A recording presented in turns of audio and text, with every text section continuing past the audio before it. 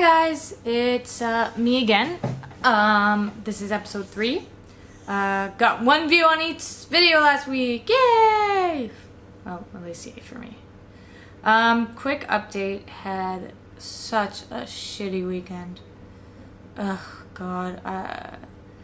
Just all this crappy stuff happened, and then I got worried that me and my husband used too much money, and just not the greatest weekend.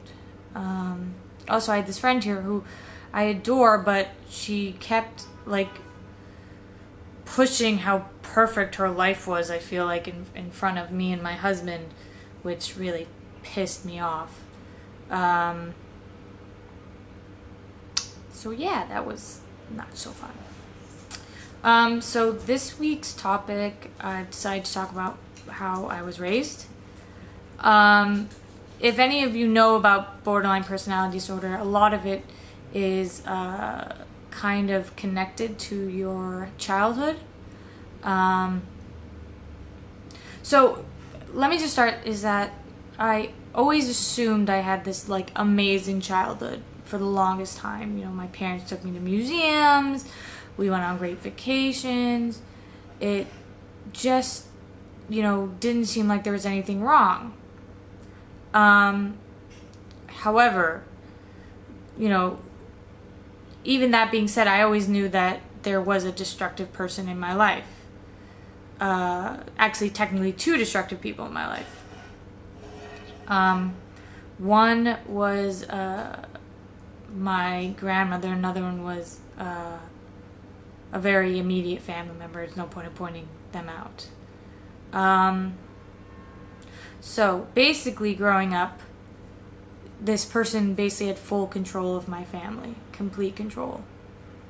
They would go crazy if they didn't get what they want, and they blamed things that happened in their life on other people, such as if my parents didn't move away at this point, if they had chosen to move away at this point, our life would have ended up so much better, and it was always about money.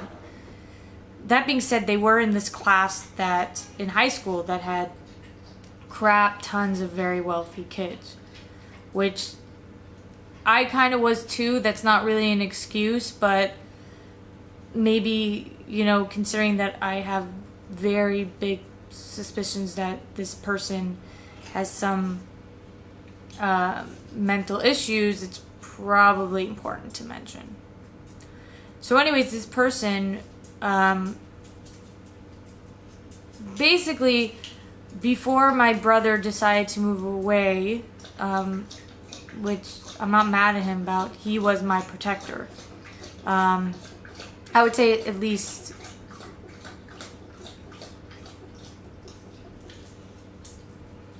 sorry, my dog was drinking water. I would say he was my protector at least 70% of the time. This other person would go on their rampage. When he left, I was 13. No. Yeah, I was about 13, 14. And I was kind of in this situation where I was kind of stuck. Basically, what this person did was a lot of verbal and physical violence. Not just towards me, towards my mom, towards my dad. It's like nothing made them happy, and that all mattered to them was their friends.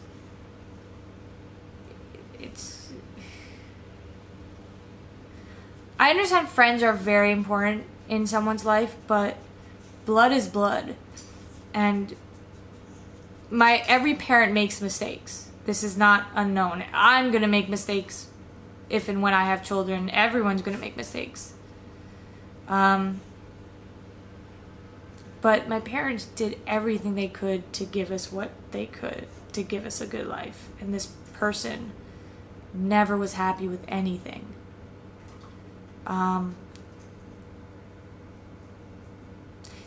They were the most amazing manipulator. They had this great social skills so that they could portray this very bubbly, fine person who's like abused to their parents, to their friends, but you know, you dig deeper, wasn't really true. Some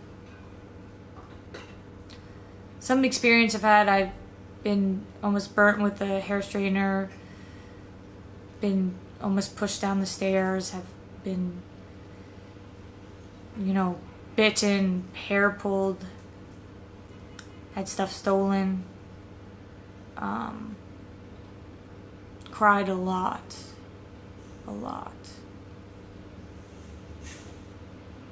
They lived in the basement of my house, and I lived on the top floor, and I distinctly remember that anytime I heard banging on the steps, you knew that this person was pissed.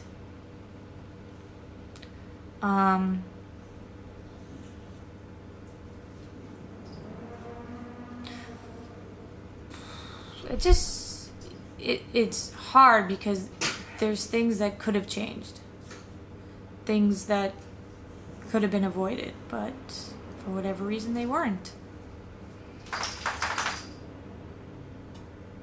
It makes me very mad that it makes me mad that I wonder, I guess I sometimes wonder what my life would be like today without them in my life. I've recently decided to cut off contact with them. Still a lot of animosity towards them. I don't think that will ever go away. Just, they're not good in my life. They're not positive. It just sucks because, you know, I did value that relationship and they took advantage of it. You know, anytime I'd come visit them, I would, you know, buy them stuff because I got that little glimmer of love and kindness from them, and you know, it just felt amazing just to get that little bit. Or I always tried to impress them, or you know, maybe sometimes make them jealous, but you know, I guess that's part of human nature. It sucks. It's sad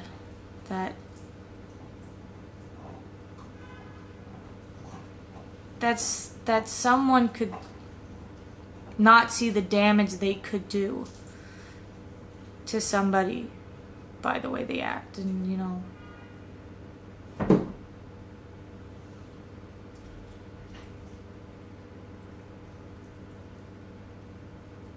sometimes I do wish this person was never in my life.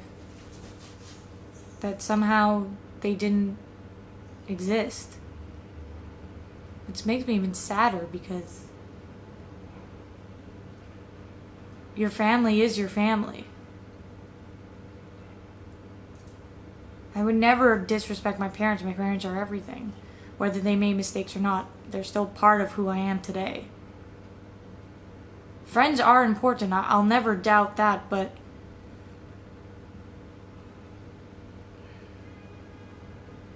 friends move away and you can lose contact with them. Friends get boyfriends and you can lose contact with them. A parent, to me, in most situations, and I'm not generalizing, is that it's something that doesn't really go away. You know,